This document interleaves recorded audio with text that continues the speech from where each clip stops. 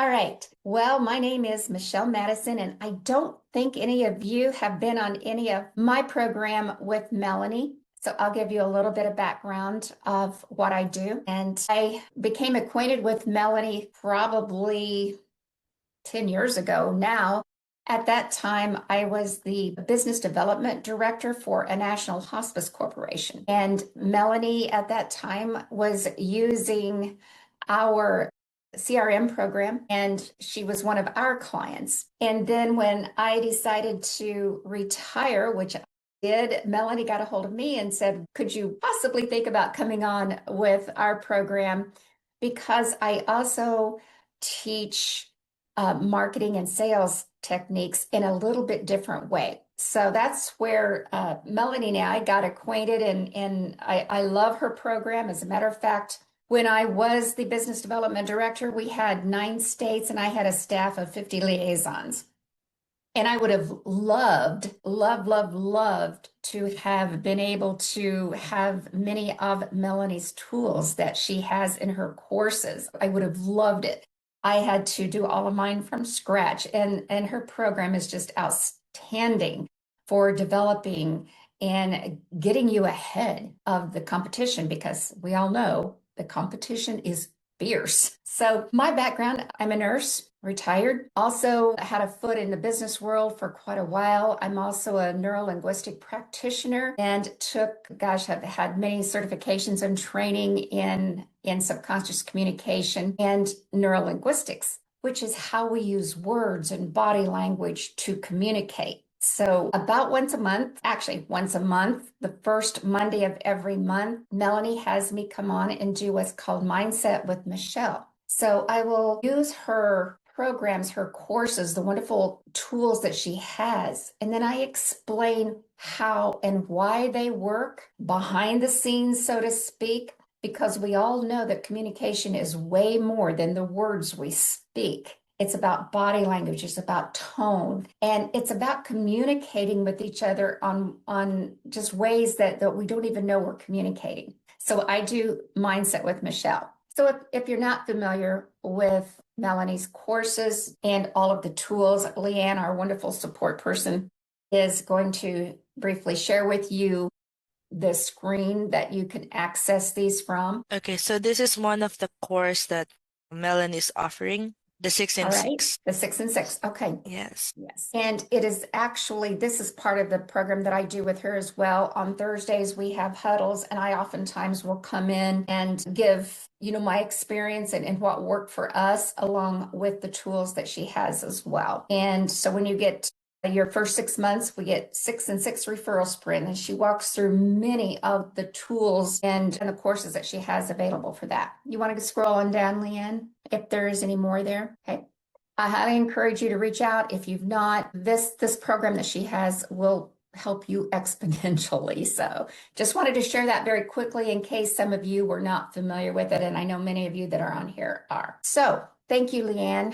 I appreciate that. So like I said, I'm going to be sharing with you just a sample of what I do on my Mindset with Michelle. And like I said, this is coming from a neuro-linguistics point of view, as well as the trainings that I've been very fortunate to have over the last 25, 30 years. I was able to train with some of the leading people in the field of persuasion. I traveled for a year with the number 2 bookseller, if you want to call it that, but he's actually a trainer all over the world. His name is Dr. Kevin Hogan, and he has a program called The Art of Persuasion in the Subconscious, the Psychology of Persuasion. And I was able to train and present with him for about a year. Also worked with one of the trainers for the CIA at Quantico, and took many courses from him about the art of persuasion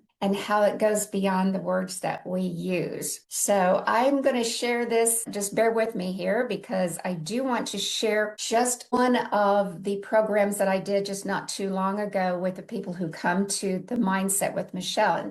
And if anybody could tell me, are any of you managing liaisons? I know some of you said you are in the field, boots on the ground, but are any of you managing reps as well? Anybody just log on and say yes if you are? Anybody?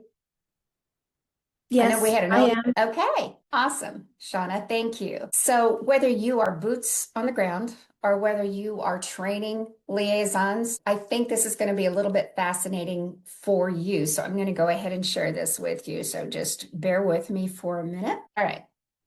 So I call this the power of the pause because what you say matters, but what you don't say actually closes the deal. And no matter what tool you use, no matter what training you use, it doesn't, this will apply to any tool or any program that you have. It will just take it to the next level. And like I said, if I would have had some of Melanie's courses and programs and tools available when I had actually 52 liaisons, would have saved me an enormous amount of time. And we were very successful, but I would have loved to have had her programmed courses already at hand. So whatever tools you're using, think about how you can use this not only in your personal life, but also your professional life. Either way. So what's happening in your brain when you say something, when you're going out to a referral source, or even when you're talking to your staff? What is happening in their brain when something is said or feels salesy, kind of salesy? Is that a word? Or too persuasive to your staff, to a referral source, to a client? People think persuasion is about the words that you use, but over my 25 to 30 years of teaching this and training this, I'm going to tell you that your brain decides how to respond before you ever finish a sentence. I'll let that sink in for a minute. Your brain decides how to respond to whatever is being said, whether you're saying it or whether you're listening. Your brain responds before you finish that sentence. But why? We've got a little part of our brain called the amygdala. And I always say it is our brain's security camera. And you don't have to do this on camera, but I will tell you that if you put your hands like this, thumbs right by your earlobe, and put a triangle right above your forehead, everything behind my hands are where the subconscious areas of the brain reside. And that's where your amygdala is. Everything in front of my fingers is our conscious brain, what we're listening to each other and talking to each other right now. But there's a whole lot of stuff going on behind these fingers that is responding before we actually hear what's being said. And the most important part of your brain, my brain, and everybody else's brain is called an amygdala. It's what has kept us alive as a species. And I call it the brain's security camera because it's constantly scanning for threat. And it's not a logical threat. It's usually, especially in a sales situation, that person's amygdala is Carrie going to cost me time, money, and effort? That's a threat. Is he trying to push me? That's a threat to the amygdala. And if it's triggered, creates a lot of resistance and they shut out listening to what you had to say. If it's calm, the message comes through. So like I said, the prefrontal cortex, which is right here, which is what you and I are listening to each other right now, and your brain is going, I don't know if I believe her, or it's kind of interesting. I call it your brain's professor, okay? And it evaluates logic, meaning, and decision making. So you're making some decisions, but your amygdala has already started whirling through a database and making some evaluations of me, and you didn't even realize it. And neither do your referral sources and neither do your clients. But the prefrontal cortex or your professor, it can't fully work if the amygdala is still sending out security alerts. Threats, threats, threats. So this is why I always say, and I trained my liaisons to use the power of the pause. And when you first use it, and some of you instinctively use it if you've been in sales for any length of time, or if you've been in management for any length of time, you just kind of develop that instinctually. But it can be taught and it's powerful. And we'll say why. I call it the strategic pause. And this is where you can become very dangerous in a very good way because a pause does three things neurologically. It lowers perceived threat. So that person's amygdala starts to relax. Silence signals I'm not pushing and You are in control. And that's what you want that person to feel like. Go ahead, Eric. Did you have a question? Yes, I'm having a fairly bad connection, but I think it's me, not you. It keeps cutting out. Is the recording being shared? Yes, we are recording this. And it will be shared? Yes. Okay. Yes, we can Yeah, share it. yeah. And I I think will it's me. also, I'm in the car. I don't think it's you. I think it's me. Thank you. okay, that's okay. And please let me know if anybody else can hear me, because like I said, we are experiencing some storms here right now. I live in Southern Illinois and it's just raining all the time right now. So I will also have Leanne send this PDF out to you as well. So you'll have a recap of this. So again, we want to do everything we can to lower that person's feeling of threat. You want to lower their security camera. You want to just turn it off. And so when silence means to their amygdala, you're not pushing and they are in control, and it forces internal processing. Everybody's brain hates unfinished loops. So when you pause, and it does not have to be a lengthy pause, y'all, 3 seconds, and it feels like a lifetime if you're not used to it, but I highly encourage you to practice this, because 3 seconds goes like that, and it is one of the most powerful 3 seconds you'll have in a sales process. No matter who, no matter if you're communicating with a physician, a client, a referral source, doesn't matter, or your own staff. So your brain hates unfinished loops. So when you pause, their brain pushes them to fill the gap. And they have to start thinking instead of resisting. So if you just keep talking and their amygdala is still firing out, Shauna's gonna take my time. Yeah, I don't want to listen to Shauna.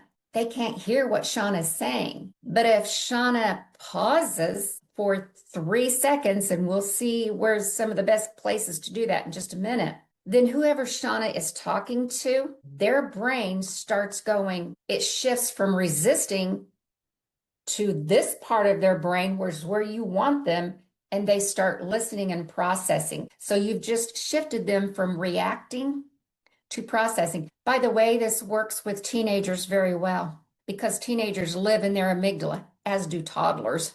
Teenagers up until about age 25 pretty well live in their amygdala. Everything is a threat, and they resist everything. You can use this on them as well, or your spouse if you want to. So when you're pausing, this just hands control to the listener.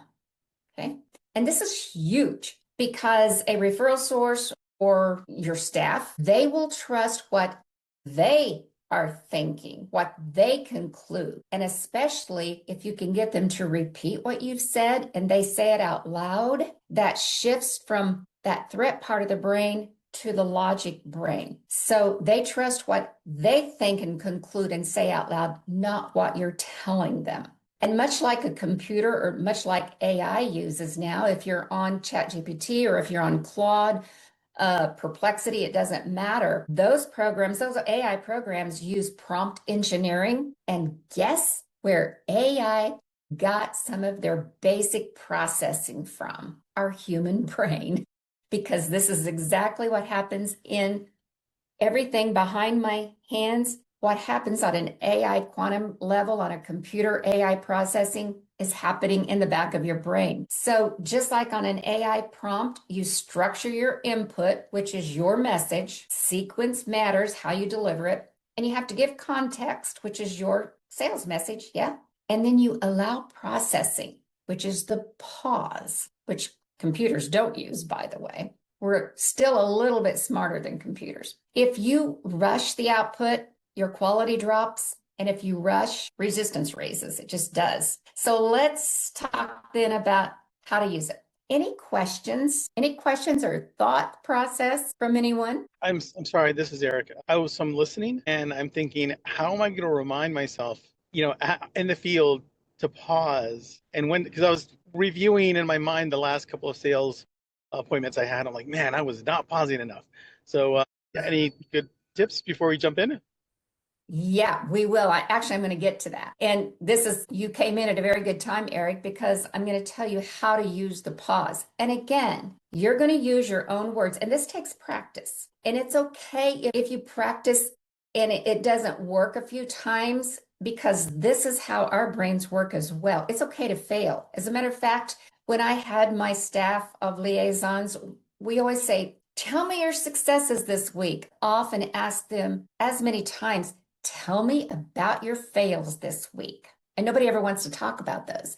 But that's how we learn. And that's how our brain gets more comfortable and works through the discomfort of failing. So I always made sure to say, tell me about your successes, but I also want to hear about all your fails too, because those are successes as well, because your brain got comfortable, more comfortable with failure, because that's how we learn. And that's how we create that neuroplasticity in our brain. So after a key statement, whatever your key statement is, not during rambling, and we tend to ramble when we get nervous. All of us do, even me. Even as much training as I have had I've been keynote speakers, I've been trainers, and if I get nervous, I will still ramble. And it's okay. But just think about your key statements. And I'm just going to give you an example here. And some of the wording that I'm using is also based in NLP, which I will tell you about in a little bit. So this is an example. And again, you'll use your own language and your own words. But most families wait until a crisis happens. And can you imagine the cost? And you pause for 3 seconds and let that land. And this is how you want to say that. I'm going to tilt my head to the right. You may be reversing looking at me, but I've got my head tilted just a little bit to the right and down. And I'll tell you why that's important. Most of you that are in sales for any length of time do it instinctually, but here's why. So I'm going to tilt my head and I'm going to say, did you know most families wait until a crisis happens? And can you imagine the cost? And then you pause for 3 seconds and you let that land and you don't move. And what that does, that forces them to get into their amygdala and start imagining what is the cost if a crisis happens. You want them thinking about that. But if you keep talking, you're not giving them a chance to imagine. The brain, the part of the brain that it imagines does not differentiate between reality or fact. It just cannot. Promise. I will promise you on that. So let them imagine the cost. And then another good way to use that power of the pause is after asking a question, not before. Who's helping you right now? If something changes overnight, may I ask? And then you pause. Don't rescue them, because silence creates productive pressure. Shauna, who's helping you right now if something changes overnight or away? I just paused for 3 seconds.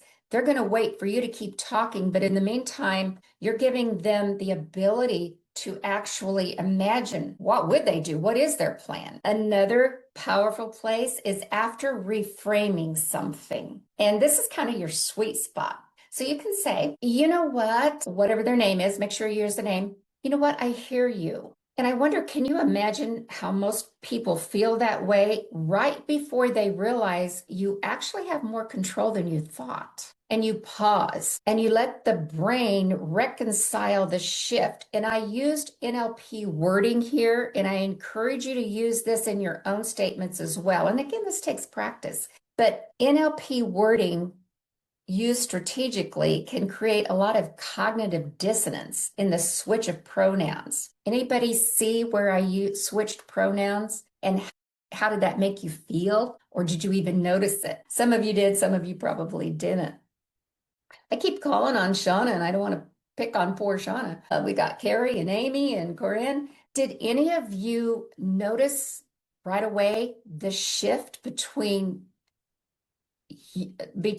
they and most people and you? I hear you. And can you imagine how most people feel that way right before they realize you actually have more control than you thought? You did several things there. You switched pronouns, which their brain their subconscious brain is getting that. And it creates just a little bit of cognitive dissonance, which increases focus on you. Their brain is going to, even if they're starting to drift, their subconscious brain has picked up the shift between they and you, because you brings it back to them. They's over here, but you, that's them. And their brain's going, I need to focus, because we all love to think about ourselves, yeah? So when you say they, that person is like, well, they's over there. It doesn't have anything to do with me. But you've shifted it back to, you actually have more control than you thought. And then you pause and you let their brain reconcile that shift. It's fun, you guys, and I highly encourage you to use this and practice it. Practice it on each other. And then body language, I also was very fortunate to take body language along with NLP with he was one of the directors at Quantico, the CIA. He trained Secret Service on body language, and it was so very, very unfortunate, Dr. Will. And he was amazing. He wasn't very nice, but he was amazing. And I learned a lot from him. He had a big ego, and that was okay. He deserved it.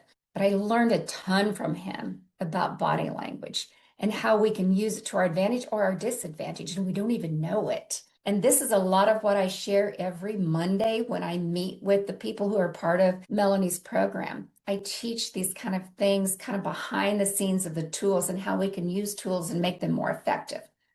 So body language and the pause. During the pause, we obviously, and you guys know this is just instinct. We want to maintain that soft eye contact. We don't want to glare at them, but we just kind of maintain that nice little soft contact. And we want to keep our head slightly tilted to the right. A listener's brain, when they see somebody with a head tilt, I know there's some pop psychology out there that says one part of the brain, talks to another part of the brain, and that's kind of pseudoscience there. But what it does do when you are tilting your head to the right, to the listener, their brain will associate this with curiosity, listening, which increases rapport, which is what you want. So if I'm talking to Carrie and I've got my head slightly tilted to the right, and you don't have to just keep it this way, but just kind of slightly tilt, as opposed to this way. Carrie, if I tilt my head this way, and I know they had an automatic subconscious shift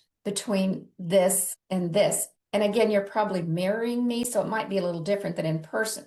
Anybody hazard a guess what happens to a listener when you tilt your head to the left when you're talking? Anybody hazard a guess? No, but I'm curious, Michelle. Yeah, I love it, Carrie. So if I tilt my head to the left, it is a subconscious because it's just social cueing. If we tilt our head to the left, that usually starts happening before somebody is going to make an argument. Not very often will a person start an argument with their head tilted to the right. They'll tilt to the left and they'll raise their chin a little bit. Now, sometimes we do this when we're nervous. You'll be thinking about this now when people talk to you.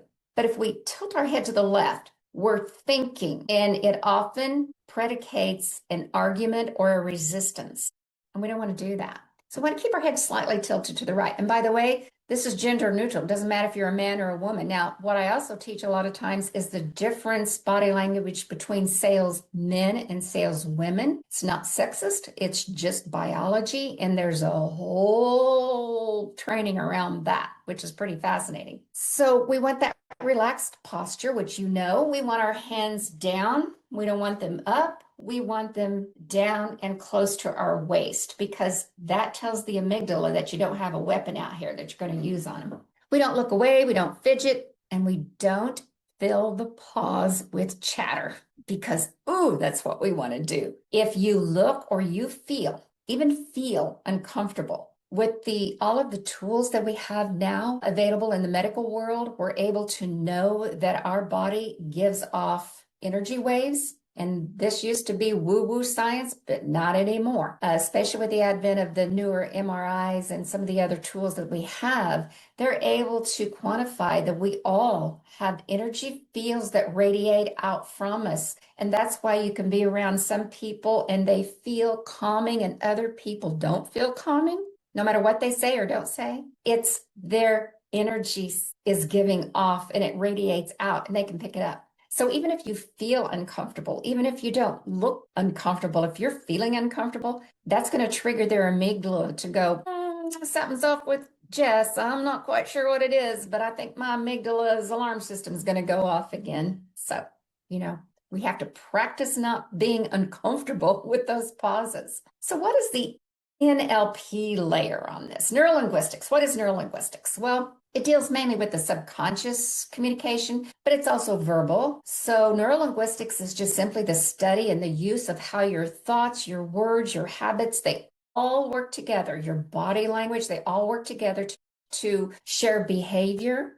and to show behavior and results. So what on a neuro-linguistic level, what do these pauses mean, or what do they amplify? The power of the pause can amplify what we call in the NLP world as embedded commands. And you and I and everybody else have been programmed from the time we could recognize language. We've been embedded with certain words that we just respond to on a subconscious level, and we don't even realize it. So a pause can amplify the embedded commands. Could you? Not would you, but could you? Would means implies you're going to have to. Could means maybe. Could you? Slight pause. And this is something to think about. You've created a little bit of cognitive dissonance there between those two sentences, and their brain is going to alert and go, I need to think about that. Could you, Amy? This is something to think about. And they're filling in the gaps of what you've said previously. And the presuppositions. When you, Corinne, feel like you can decide now what is right, or however you want to word that, but you want to make sure you have the word now in there, because that is an embedded command. Corinne, when you now decide what feels right, you have just told them to decide now, and they don't even realize it. And it's a very powerful prompt. And then you pause, because what you're doing is giving their subconscious permission to decide right now, not later. And then it also amplifies cognitive dissonance, which is a sales technique that's your best friend. And I have a whole mindset around that. If you ever want to join on our mindset with Michelle on Mondays, I have a whole training on cognitive dissonance in sales. So cognitive dissonance means that you've said one thing, but it kind of means something different, and their brain is having to make that agree. The subconscious brain hates dissonance. It doesn't like it. So, Jess, I heard you say that you did agree that independence is very important to you and your family. So delaying services is important as well. Pause. That's an inconsistent statement, is it not? And you all had to think about it for a second, whether you realized it or not. Amy, you agreed, along with your family here, that independence for your loved one is very important. Yes? Yeah. So delaying services, that's important as well. Well, of course, delaying services is not as important as independence, but their brain is rapidly going, wait a minute, wait a minute, wait a minute. And they will find themselves agreeing for the services that give them independence very, very quickly. Their brain has to resolve that inconsistency. Well, we know when to pause, not to pause, and these are just givens. I mean, you guys know this. Don't pause when you're unclear, if you're sounding really scripted, or if you haven't engaged them. And we all know, we've been in this business long enough. We know when we feel engaged with someone.